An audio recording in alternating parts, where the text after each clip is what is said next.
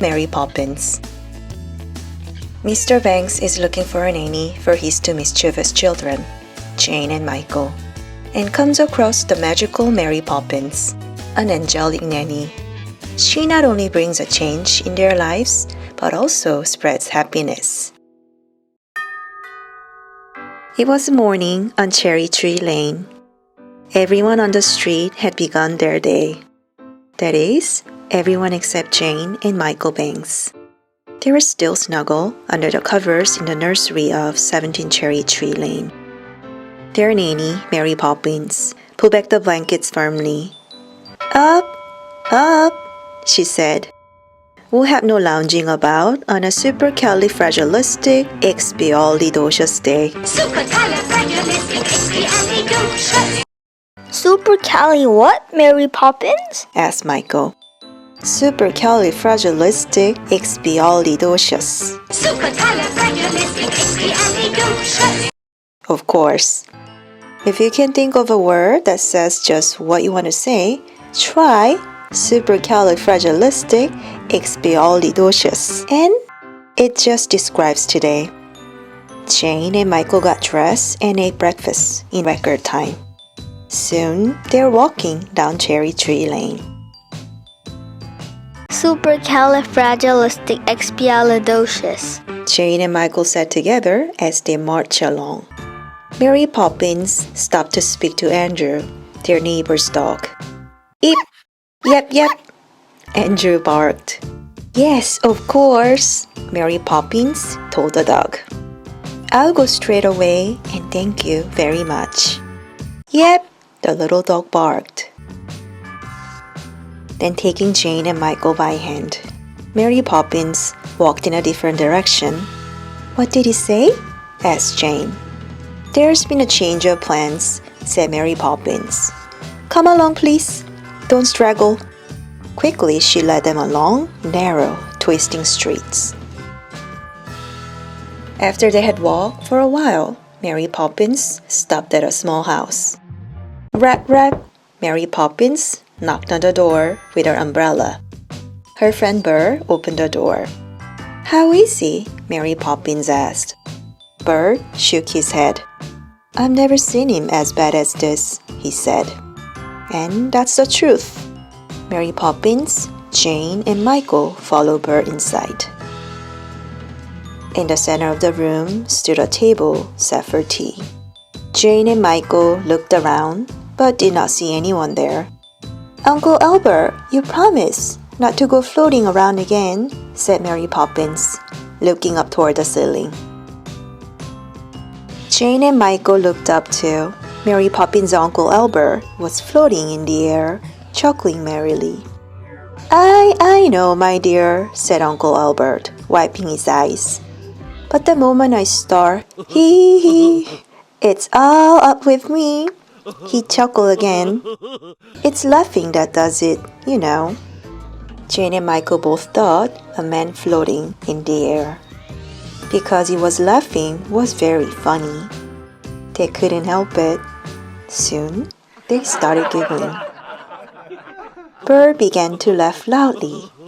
As they watched, he rose into the air. Then he was floating beside Uncle Albert. Michael's giggles grew louder. Then Jane began to laugh too. They couldn't stop. Their feet left the floor and they rose into the air until their heads bumped the ceiling. I must say you are a sight, the lot of you, said Mary Poppins disapprovingly, her arms folded. Speaking of sight, said Bert, that reminds me of my brother. He's got a nice, cushy job in a watch factory. In a watch factory? Asked Uncle Albert. What does he do? He stands about all day and makes faces, Bert said. All four of them laughed so hard that they turned somersault in the air. I found a horseshoe today, said Bert, holding his sides. You know what that means. I certainly do, said Uncle Albert. It means that some poor horse is walking around in his stocking feet. Now then, Jane, Michael, it's time to go, said Mary Poppins firmly from below. Oh, please stay, begged Uncle Albert. He waved at the table on the floor.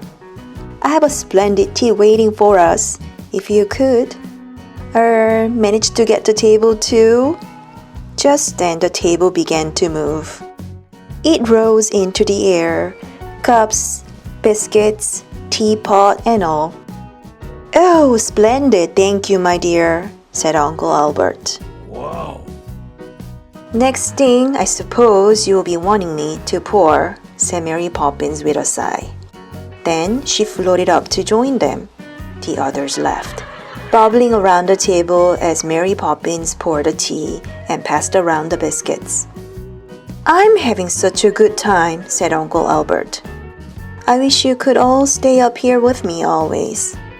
We'll jolly well have to, Michael said with a grin. There's no way to get down. Well, to be honest, there is a way, said Uncle Albert. Just think of something sad and down you go. Time to go home, Mary Poppins said firmly, her voice cutting sharply through the laughter.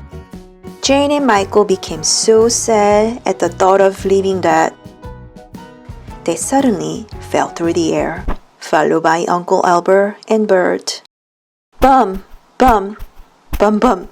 They all landed on the floor. Goodbye, said Michael. We'll be back soon. And thank you, said Jane. We've had a lovely time. Jane and Michael followed Mary Poppins out the door. Uncle Albert waved goodbye. It makes me so sad to see them leave, he said to Bert sadly. Back home, Jane and Michael tried to tell their father about their adventure. He didn't seem to understand. Mary Poppins just said, "Children will be children," and led them to the nursery. Michael and Jane started getting ready for bed. It was a supercalifragilisticexpialidocious day. Jane said to her brother. Michael nodded. It certainly had been.